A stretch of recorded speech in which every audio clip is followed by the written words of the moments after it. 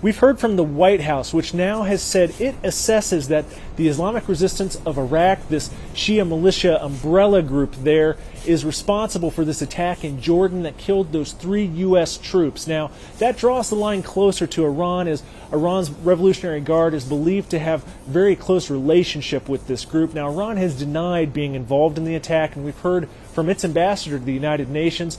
He threatened a real response from Iran if the U.S. attacks Iranian territory or any place with Iranian interests. All this comes as there's been sort of this growing concern over a regional escalation as Israel's war on Hamas and the Gaza Strip continues.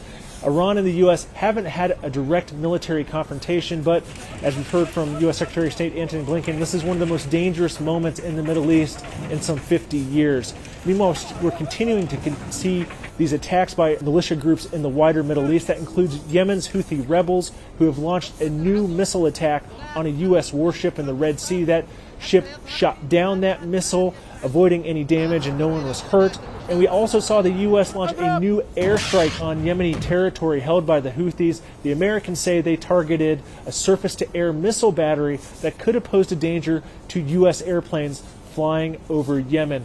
Meanwhile, there's still continued work on a proposal to have a new ceasefire. We've heard from Israeli Prime Minister Netanyahu. He met with some of the families of those remaining 100 hostages in the Gaza Strip. He said that work was going on even during that meeting to try to get a ceasefire across the line, but he didn't offer any details. What we know right now is the proposal that's before Israel and Hamas is for a 2-month sort of phased ceasefire that would see those hostages released in exchange for an unknown number of Palestinians held in Israeli prisons, as well as more aid going into the Gaza Strip. But even getting aid into the Gaza Strip remains difficult. We've seen again another protest by Israelis angered by any aid going into Gaza. They blocked a crossing between Israel and the Gaza Strip, blocking trucks from carrying that aid inside, and security forces ended up detaining dozens of people there during that demonstration.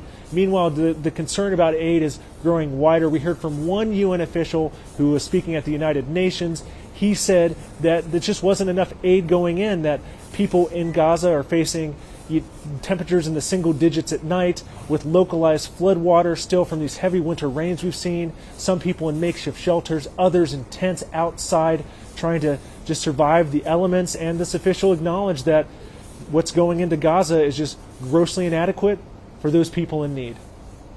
I'm Jon Gambrell with the Associated Press for CGTN in Jerusalem.